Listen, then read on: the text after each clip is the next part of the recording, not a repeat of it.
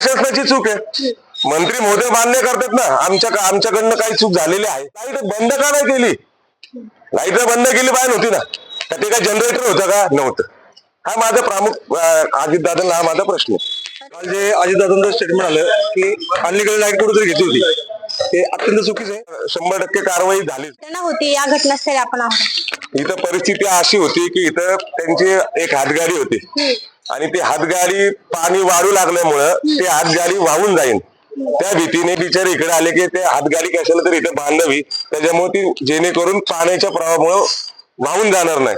ज्यावेळी ते इथं आले तर त्यांना करंट बसला आणि काही कळायच्या आतच तिघेचे तिघे 2 मिनिटं पाण्यामध्ये गेले. होतं की तुम्ही काय केलं काय नाही केलं तुम्ही, त्यांनी काहीच केलं त्या बाबतीत आणि असं स्टेटमेंट देऊन टाकलेले अत्यंत चुकीची बातमी. प्रशासनाला जबाबदार ठरवत आहेत. मात्र आता यावरती काय तोडगा निघणार हे पाहणं आता महत्वाचं ठरणार आहे.